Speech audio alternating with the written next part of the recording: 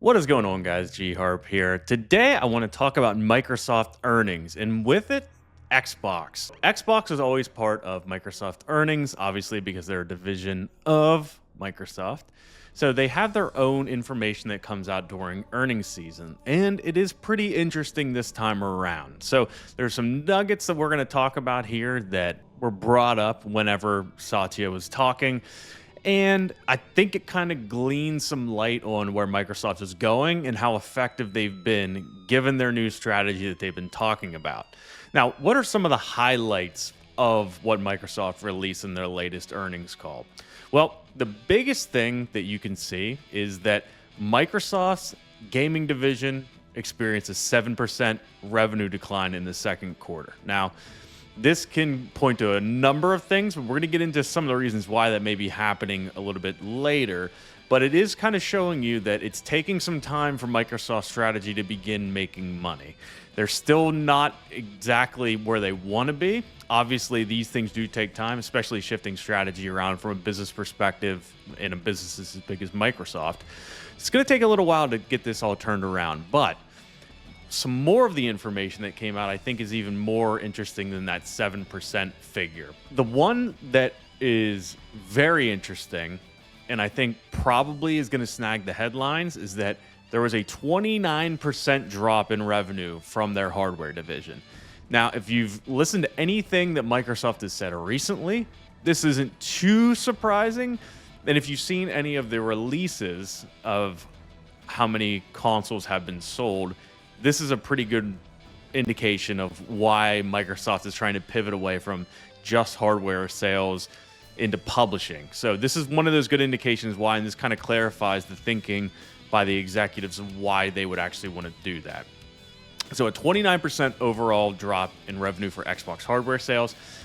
Where they're making up for this a little bit is that the content and the services division, so this is your Game Pass, this is Xbox Live, things like that, it actually increased by 2%. That's not an insanely large increase, but it is still being lifted. And Satya, who is the CEO of Microsoft, gave a little bit more indication of his thinking there when he said during the earnings call itself, we're focused on improving the profitability of the business in order to position it for long-term growth, driven by higher margin content and platform services. And we are delivering on this plan.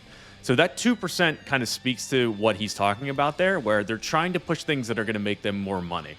From a revenue perspective and from an amount of money perspective that you're making, hardware is not necessarily where you want to be. The margins are often much, much smaller than something like a piece of software would be. So you can think like Microsoft Word, Excel, all that. That's very, very cost effective and makes a lot of money for Microsoft.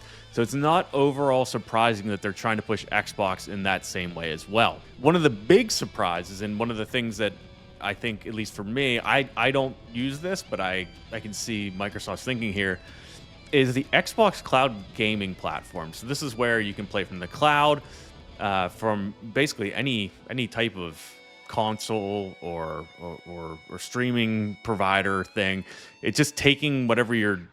And one of the other places that we see some strong momentum from what they said was the Xbox Cloud Gaming division.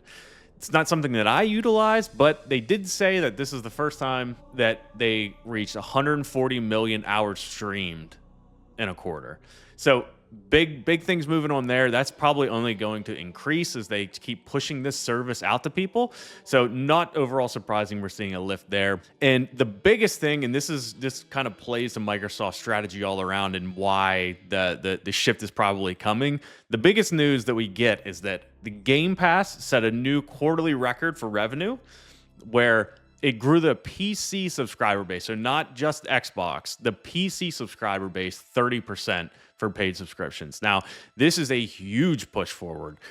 If you're looking on PC, you have a lot of different options that you don't have, obviously, for console. You have Steam, you have the Epic Game Store, GOG. You got a lot of places to get games. But the fact that they're getting people to subscribe is their goal and their end goal to make themselves more profitable.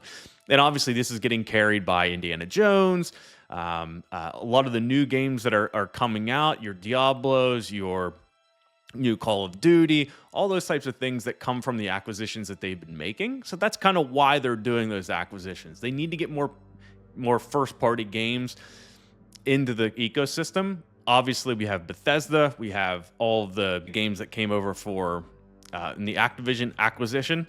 All of those are combining, and they're kind of seeing how those work in Game Pass and pushing them to Game Pass. So this number is probably only going to increase, especially with Doom coming out, the new Outer Scrolls potential remake for Oblivion. That'll probably be on Game Pass if the rumors are true.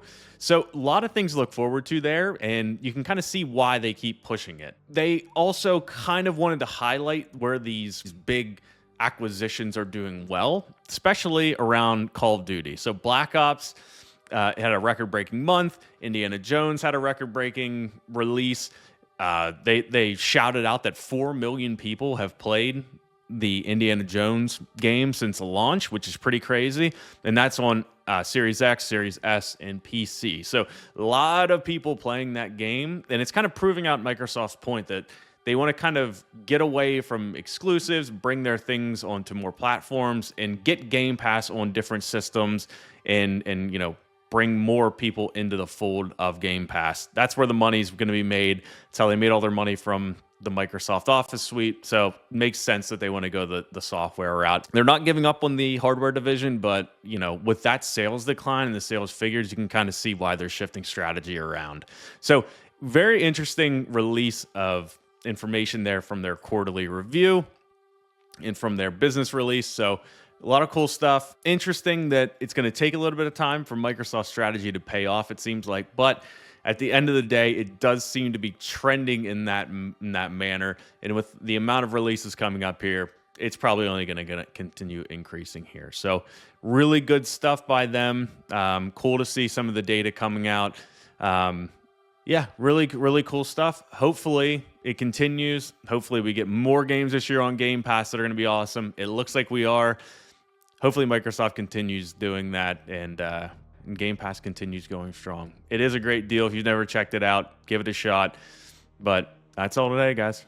Hope you guys enjoyed watching. Like, subscribe, do all that. We'll see you in the next one.